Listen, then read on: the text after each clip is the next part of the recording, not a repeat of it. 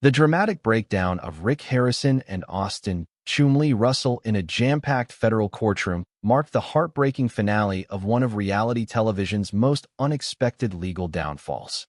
For years, they had been recognized across the country as friendly, trustworthy businessmen on Pawn Stars, blending historical trivia with streetwise bargaining. But on that tense day in court, their well-crafted public images dissolved under a flood of revelations that stunned even their most loyal fans. For over a decade, Rick and Chumlee had built a brand that celebrated American business, historical curiosity, and entertainment. Their Las Vegas pawn shop became more than just a place to buy and sell.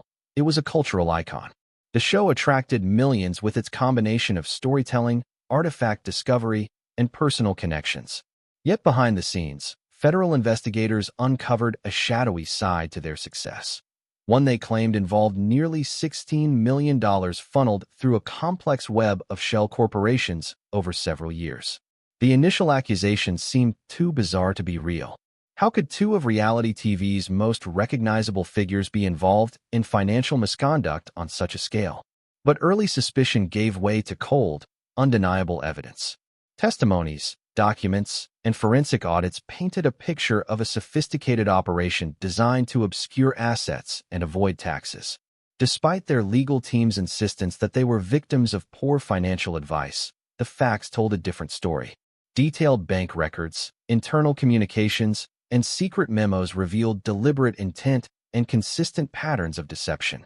Rick's composed demeanor began to crumble during intense questioning. Once the confident, measured voice of the show, he faltered under cross-examination. Meanwhile, Chumlee, known for his easygoing and comical nature, sat quiet and overwhelmed, looking nothing like the TV personality fans adored. The courtroom was filled with supporters and media. People wore show merchandise and held signs in silent solidarity, but their expressions grew increasingly somber as the prosecution presented spreadsheet after spreadsheet, linking transactions to offshore accounts and fake companies. The forensic expert who took the stand traced financial paths so intricately built that they had fooled regulators for years. The use of nearly 4 dozen shell entities to shuffle money between charities, appraisers, and consultants was no accident. And perhaps the most damning evidence came in the form of a digital file found on a hard drive, written by Chumlee himself. Titled Operational Risk Mitigation, the 70-page document outlined tactics for disguising capital flow, faking appraisals, and laundering funds under the cover of antique acquisitions and charitable outreach. After weeks of emotionally grueling testimony and evidence, the judge delivered a verdict that would shock millions. Rick and Chumlee were found guilty on all counts, including money laundering, conspiracy, and tax fraud. When the sentence was read, decades in federal prison and full forfeiture of assets, the weight of it became too much. Both men collapsed. Rick slumped first, grasping for the railing as his knees buckled. Chumlee followed almost instantly. Paramedics rushed in. Panic spread through the gallery. Reporters captured every moment as reality TV's once champions were carried out, not in victory, but in disgrace. Hospital reports later revealed that both men were physically stable but emotionally devastated. Rick had suffered severe anxiety attacks, while Chumlee showed signs of psychological trauma. Though their legal team promised to appeal, the public mood had shifted. Fans who once saw them as charming small business owners now struggled to reconcile that image with what had been revealed in court. It didn't stop with the courtroom collapse. Federal documents unsealed in the days after sentencing uncovered just how far the operation stretched. Wire transfers from Belize, the Cayman Islands, and Cyprus linked the pawn shop to an international network of financial manipulation. The investigation had begun years earlier when an anonymous tip led to the audit of a seemingly minor transaction involving appraised Civil War memorabilia. That tip eventually connected to irregular patterns in charitable donations and antique sales traced back to the show's operations. The case took a major turn when a former employee, dismissed years before, handed over an encrypted hard drive. Its contents were explosive. It contained not only financial records but correspondence between Rick, Chumlee, and business consultants laying out plans to leverage the fame of the show for off-the-books gains. The prosecution read aloud quotes in court. instructions to buy specific artifacts at inflated prices to mask incoming funds, strategies to avoid IRS detection, and instructions on routing cash through nonprofit entities for tax deductions.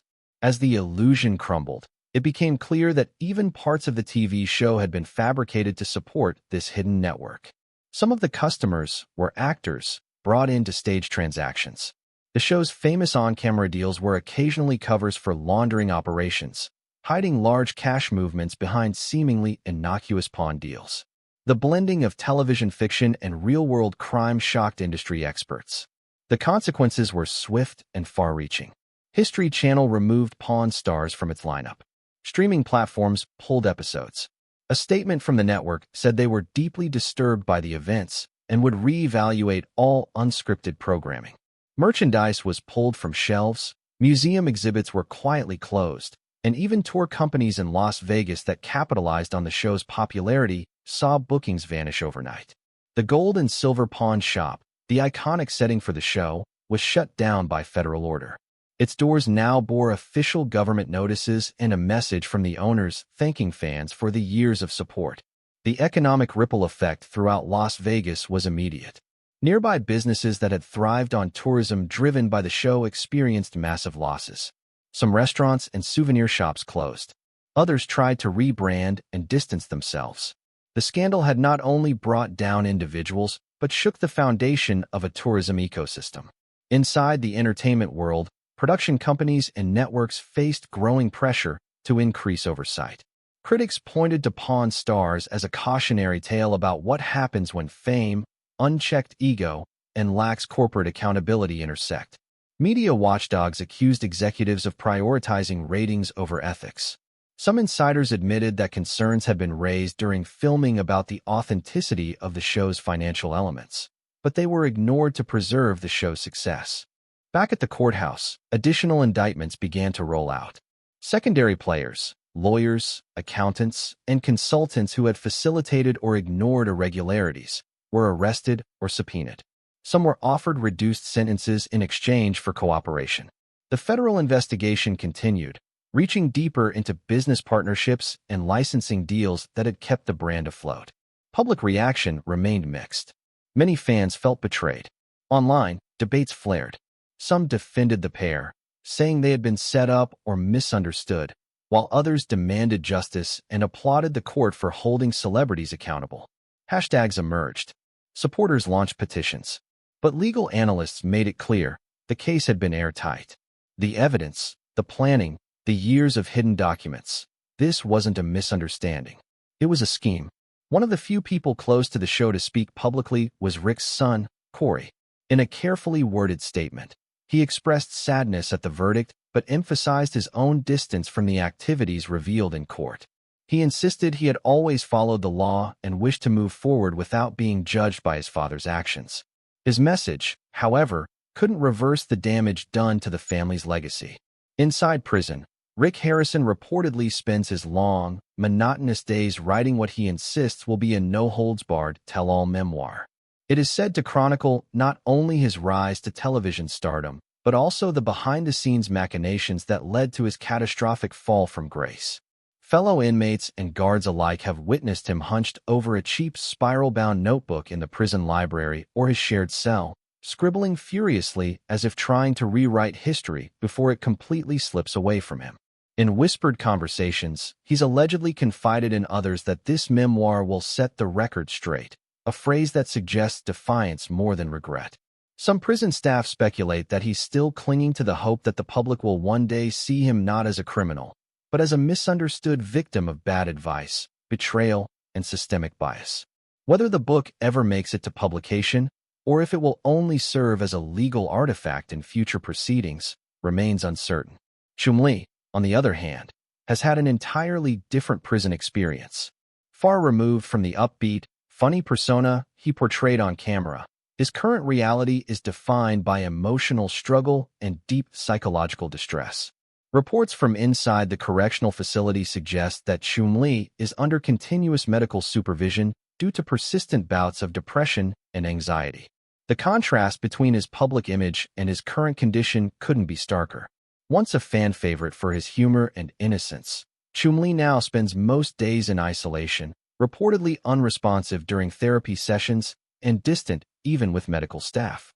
There have been moments of self-harm, according to anonymous sources within the prison's medical wing, which prompted an increase in his mental health care regimen and placed him under suicide watch for a period of time.